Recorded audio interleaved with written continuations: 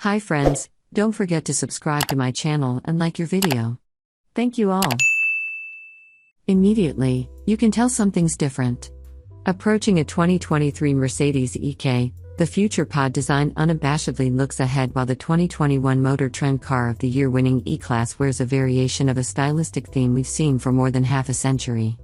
The more we experience the 2023 Mercedes EQE350 4Matic, the more we discovered it has a spirit all its own.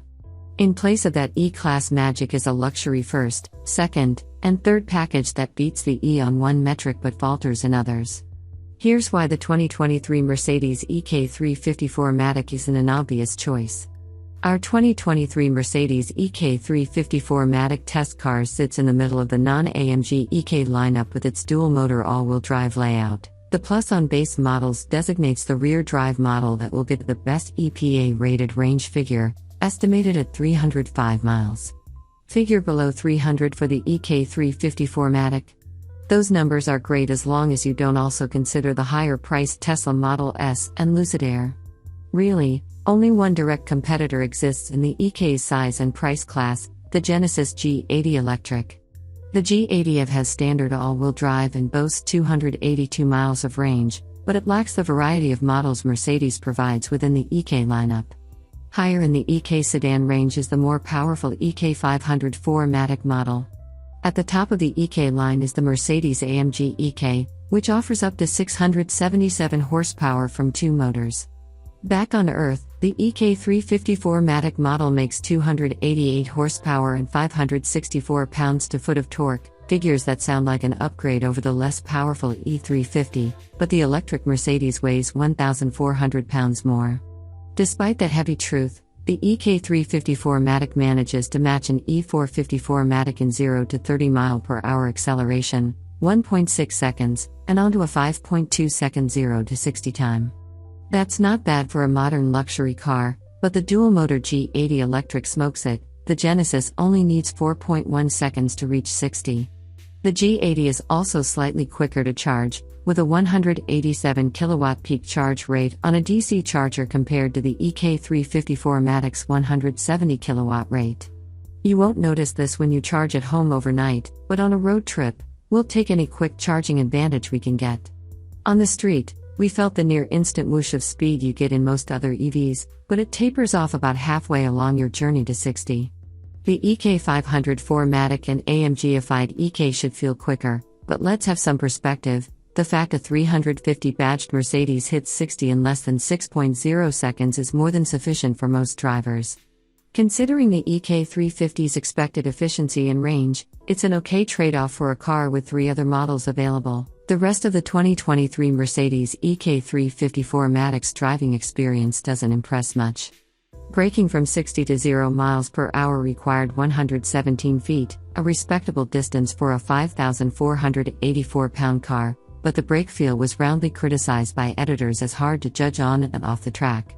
Part of the issue is the same problem we've called out on other new electric Mercedes cars: the brake pedal moves to match the amount of regenerative braking happening at any time. Although the idea is to make the transition between regenerative and friction braking feel more natural, instead it often leads to situations where the pedal isn't always where we expect it to be. We're unsure we'd get used to this over time. When challenged by uneven or poorly maintained road surfaces, the EQE350 also failed to live up to the EQS hatch's very high ride quality standard. Then again, maybe comparing the EQE dynamics to the EQS is unfair, so let's compare apples to similarly priced apples. When driven around the same MotorTrend Figure 8 course, the G80 Electric felt quite well composed for a gas engine car converted to a full EV. As for the EQE350, it also felt heavy, but this wasn't a positive. We noted its mushy brake pedal as well as gooey and imprecise steering.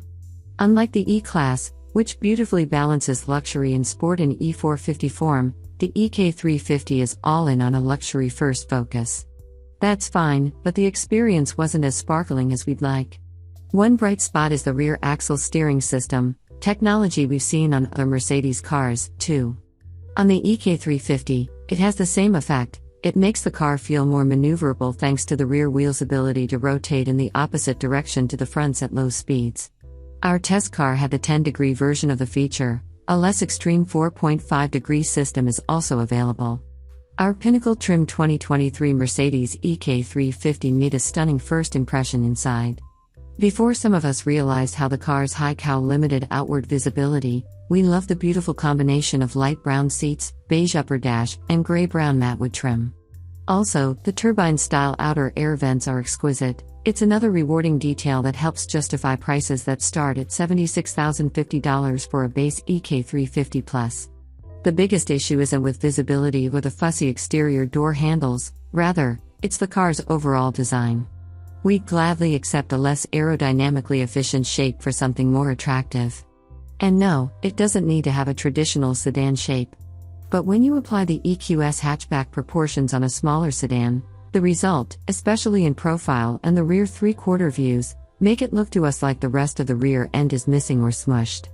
We welcome new and exciting designs, whether their underpinnings be electric or gas-powered. But while the EQE undoubtedly makes a statement, it's not one most of us appreciate. That's too bad, as the 2023 Mercedes EQE350 brings down the cost of a non-SUV electric Mercedes compared to the EQS 4-door.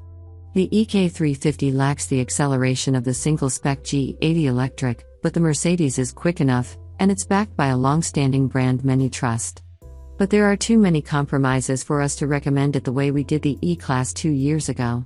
The 2023 Mercedes EQE350 lacks that car's dynamic versatility, and at $93,640 as tested, it isn't a perfect mid-size luxury sedan.